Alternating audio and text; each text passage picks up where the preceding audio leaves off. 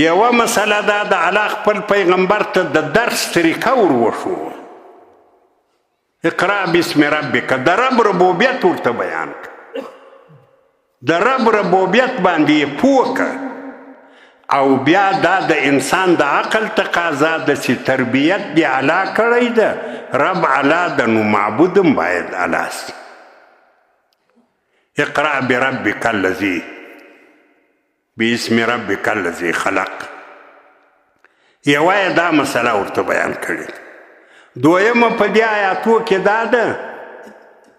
خلق الانسان من علق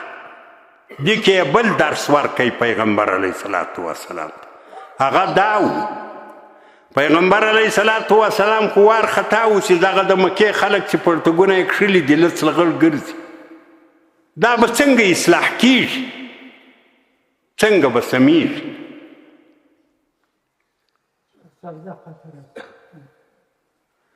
الله جل جلاله دا درس ورکوي خلق الانسان من علق علق چې د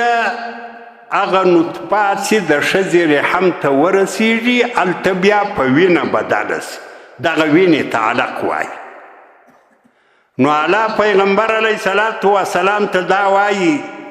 چې دا خو کله قابلیت په ماده کې وي په قابل کې وي کله په فاعل کې وي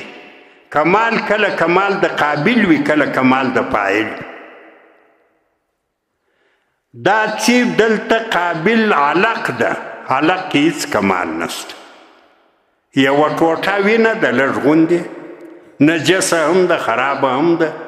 یو عنصر ده یو حقیقت او دا د فاعل کمال ده چې الله له دغه علقه څخه انسان غوندې مخلوق جوړ کړي انسان څونه شرف والا انسان انسان په دسرت په لحاظ باندې تر ټولو کائناتو ښایسته د الله پاک وایي ولقد خلقنا الانسان فی احسن تقویم احسن اسم تفضیل د مفضل علیه نه د ذکر کړی تر ټولو شیانو ښایسته ده او په معنوي لحاظ الله وایي ولقد کرمنا بني آدم عزتمن مخلوق د انسان او انسان له کمزوري مادې جوړ شوی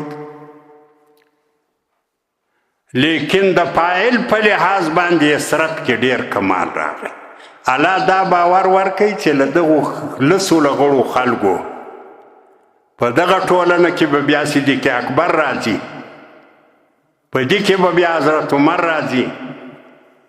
په دغو خلکو کې به سعد بن ابي وقاص راځي دې خلکو کې به سعد بن معاذ راځي داسې مرتبې به پیدا کوي تر ملایکه و به مرتبې لوړي خلق الانسان من علق دا درس ورکړي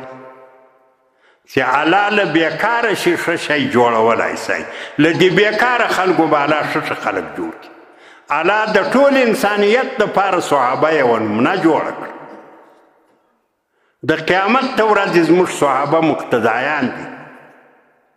د یوه صحابي کردار نقشه زندگی د ټول امت د هدایت دپاره کافي ده صحابه ټول ولیان موږ خلکو ته خو ولیان ښه خوند ورکوي یو ځای په لیوني پسې په بازار کې وایي دا یوه ښه سړی ده نو که واقعي له بزرګانو سره له ولیانو سره ستاسې محبت وي صحابه ټول ولیان دي په صحابهو کې دی سړی نسته چې ولی نه او صحابه ټول جنتیان دي او له ټولو صحابهو الله راضي و دغه د صحابهو جماعت په دغو خلکو کې الله جوړ کړي پیغمبر علیه صلات وسلام ته باور ورکوي ستا په شاوخوا کې به داسې خلک راټول سي چې هغه به د انسانیت دپاره نمونه وي او درېیمه خبره ده آخري خبره ده درېیمه خبره یې دا ورته وکړه اقرأ وربک الاعلم الذي علم بالقلم علم الانسان ما لم يعلم چونکه پیغمبر علیه صلات وسلام ته خو دا حالت معلوم و چې زه یو انسان یم 20 کاله به ژوندی یم 10 کاله به ژوندی یم بیا خو مړ کېږم نو بیا دا زما مسؤلیت به څنګه سي